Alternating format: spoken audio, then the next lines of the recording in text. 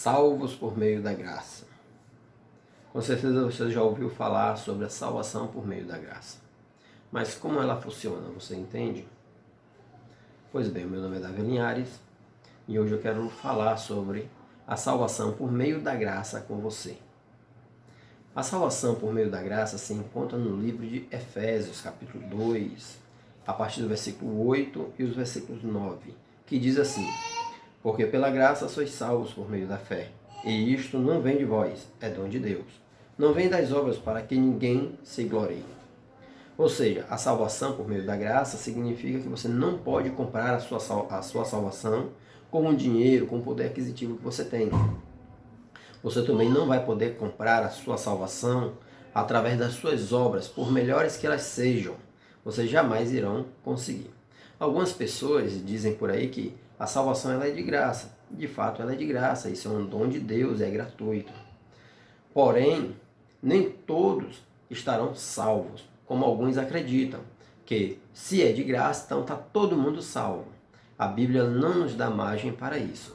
Por isso é necessário nós entendermos com a luz das Sagradas Escrituras. E é por isso que eu quero te convidar a juntos buscarmos na palavra o entendimento acerca do que é essa salvação da graça. Para entendermos melhor, é necessário a gente entender o significado primeiro da palavra. A palavra graça é uma palavra oriunda do latim que tem por significado favor imerecido, ou seja, é algo que alguém vai fazer por você sem que você mereça, ou algo que alguém vai fazer por mim sem que eu mereça. E dentro das Sagradas Escrituras nós podemos entender que foi algo que Deus fez por nós, e nós não merecíamos isso que Deus fez por nós. Bom, eu separei em 3 pontos para que nós pudéssemos entender melhor o sentido da graça em que Paulo está se referindo aqui neste contexto. O primeiro dele é que nós tínhamos uma dívida. Este é o primeiro ponto que eu quero que você entenda. Todo ser humano tinha uma dívida, ou tem essa dívida até que ela seja completamente liquidada. Que esta dívida será liquidada na vinda do Senhor Jesus Cristo, aonde ele irá julgar toda a humanidade. Nós vamos entender lá no livro de Gênesis o seguinte: quando Deus criou os céus e a terra, e depois de findado toda a sua criação, ele plantou um jardim num lugar chamado Éden. Neste jardim, Deus plantou todos os tipos de ervas, e aquelas ervas cresceram e davam frutos, e esses frutos seriam para alimento para o ser humano. Naquele jardim existiam 2 plantas que se destacavam. A primeira delas é a árvore da vida, que está no meio do jardim de Deus. A Bíblia diz em Apocalipse capítulo 2, versículo 7, que ao vencedor lhe será dado o direito de se alimentar desta árvore da vida. Mas também existia uma outra árvore que também se destacava e estava no meio do jardim do Éden. E esta árvore era a do conhecimento do bem e do mal. Dessa disse Deus, que diz assim: e o Senhor Deus lhe deu esta ordem: de toda a árvore do jardim comerás livremente, mas da árvore do conhecimento do bem e do mal não comerás, porque no dia em que dela comeres, certamente morrerás. Ou seja, Deus ele disse: vocês podem se alimentar de todas as árvores, inclusive a da árvore da vida, mas da árvore do conhecimento do bem e do mal, dessa vocês não poderão comer, porque no dia em que vocês comerem, vocês irão morrer. Nós vamos observar que no capítulo 3, um capítulo depois, a partir do versículo 5, nós vamos ver que a mulher, sendo enganada pela serpente, ela se alimentou desta árvore. E não somente ela se alimentou desta árvore, como também foi e deu a Adão. E Adão também se alimentou desta árvore. A partir deste momento, a Bíblia vai contar que a morte passou a existir no meio da humanidade. A partir deste momento, o homem se tornou escravo da morte. A Bíblia vai dizer que de Adão até Moisés, a morte reinou. E esta era a dívida que nós temos, a dívida de morte. Você pode muito bem dizer: não, mas quem comeu do fruto foi Adão e Eva. Eu não comi deste fruto. Isso é verdade, mas todos nós, em algum momento da nossa vida, pecamos. Quantas vezes você não já mentiu?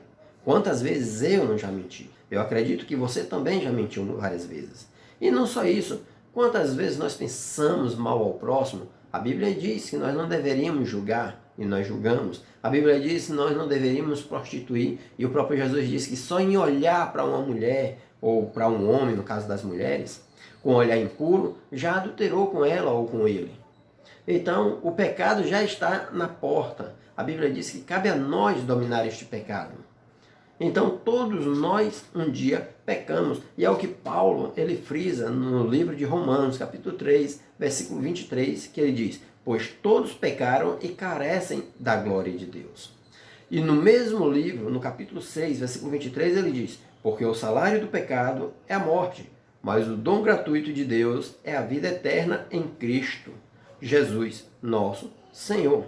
Então, todo homem pecou. Então, todos nós carecemos da glória de Deus. Todos nós carecemos das misericórdias de Deus.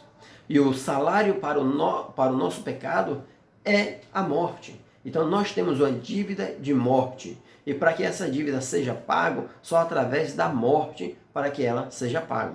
Mas se eu ou se você morremos para pagar uma dívida, como então poderemos usufruir do perdão desta dívida, se já estamos mortos? Foi isso que fez Jesus por nós, vindo e se oferecendo em nosso lugar para que esta dívida fosse paga. E aqui nós entramos no segundo ponto do nosso estudo, que é que esta dívida foi paga. Não foi paga com a minha morte ou com a sua morte.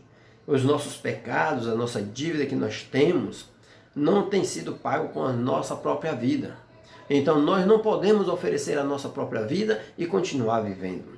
Então Jesus veio e se ofereceu por nós. No livro de João, capítulo 3, versículo 16 diz: porque Deus amou o mundo de tal maneira que deu o seu Filho unigênito, para que todo que nele crê não pereça, mas tenha a vida eterna.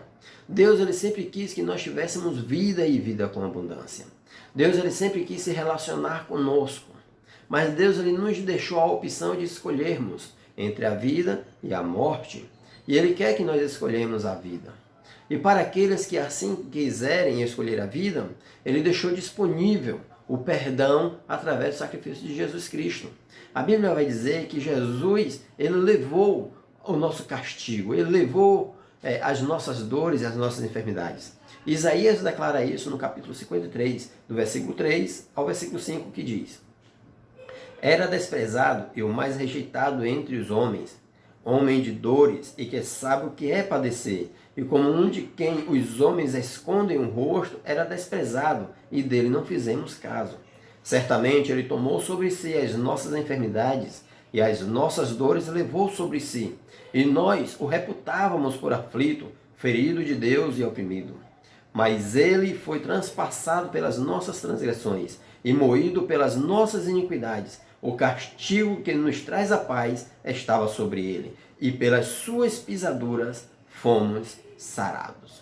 Então, através da crucificação e da redenção de Jesus Cristo na cruz do Calvário, é que a nossa dívida pode ser paga. É através daí que nós deixamos de devermos o salário do pecado. É através disso que nós passamos agora a sermos merecedores de estarmos na presença de Deus, por causa do sacrifício de Jesus Cristo na cruz do Calvário. Aliás, aquela cruz que ele carregou era a minha cruz, era a sua cruz, porque nós somos os culpados. Jesus era inocente.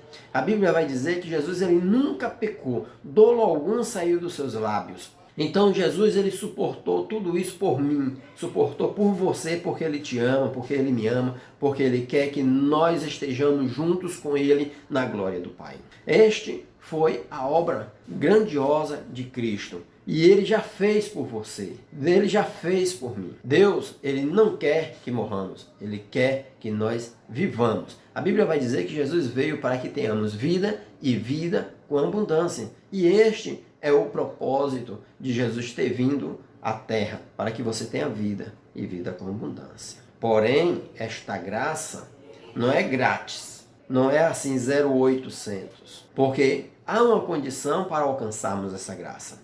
Não é como muitos dizem por aí, que se Jesus nos salvou e é de graça, então todo mundo já está salvo. Não é bem assim que as coisas funcionam. Essa graça, ela é condicional. E o próprio texto, lá em Efésios capítulo 2, a partir do versículo 8, vai falar. Quer ver? Eu vou ler para você.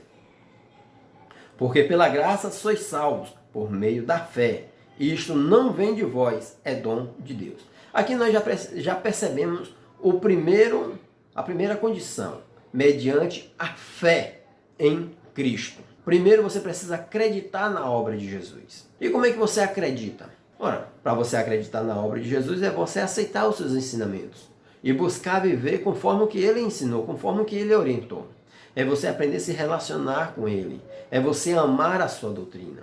Jesus disse, aquele que me ama é aquele que guarda as minhas palavras. E eu e o Pai viremos nele e faremos nele morada. Esta é a pessoa que ama Jesus. A pessoa que ama Jesus é aquele que guarda os seus mandamentos. É aquele que vive o que Jesus ensinou. E continuando no mesmo texto, ele fala assim, não vem das obras para que ninguém se glorie. Ou seja, não é através das minhas obras que eu vou conseguir ser salvo. É através da obra de Jesus. Jesus se entregou por mim, se entregou por você. Foi ele quem morreu em nosso lugar. Se nós morrêssemos, então nós estaríamos mortos. Mas Jesus era inocente, morreu sem ter pecado em lugar de nós. Então a morte não poderia assegurar Jesus, porque a morte só tem poder sobre aquele que está em pecado.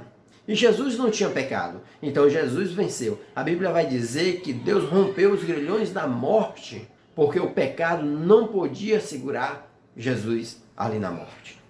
O versículo 10 diz, porque somos feitura sua, criados em Cristo Jesus, para as boas obras, as quais Deus preparou para que andássemos nela. Ou seja, você foi chamado para viver em uma boa obra, para você fazer as coisas certas, as coisas que Deus quer que você faça. Foi por isso que Jesus ele morreu. E nós somos salvos por este propósito, para que nós tenhamos uma comunhão com Deus, para que nós andemos conforme as suas obras que ele já tem preparado para cada um de nós. Um outro ponto necessário de você receber é receber Jesus. A Bíblia diz em João capítulo 1, versículo 11 e 12 assim, veio para os que era seu, e os seus não o receberam, mas a todos quanto o receberam, deu-lhes o poder de serem feitos filhos de Deus, a saber, aos que creem no seu nome. Ou seja, se você acredita que Jesus veio para te salvar, se você acredita na obra salvífica de Cristo Jesus e que ele te justificará para aquele grande dia, então você tem alcançado a graça, a salvação imerecida de Cristo. Pois bem, vou ficando por aqui. Espero ter ajudado, espero que você tenha compreendido. Que Deus, em Cristo Jesus, continue te abençoando. Se você gostou desse vídeo e chegou até aqui, se inscreva no canal, deixe o seu like, se gostar. Se não gostar, não tem problema. Ative o sininho de notificações para que toda vez em que um vídeo for gravado e postado, você fique aí sabendo. Que Deus os abençoe. Até a próxima.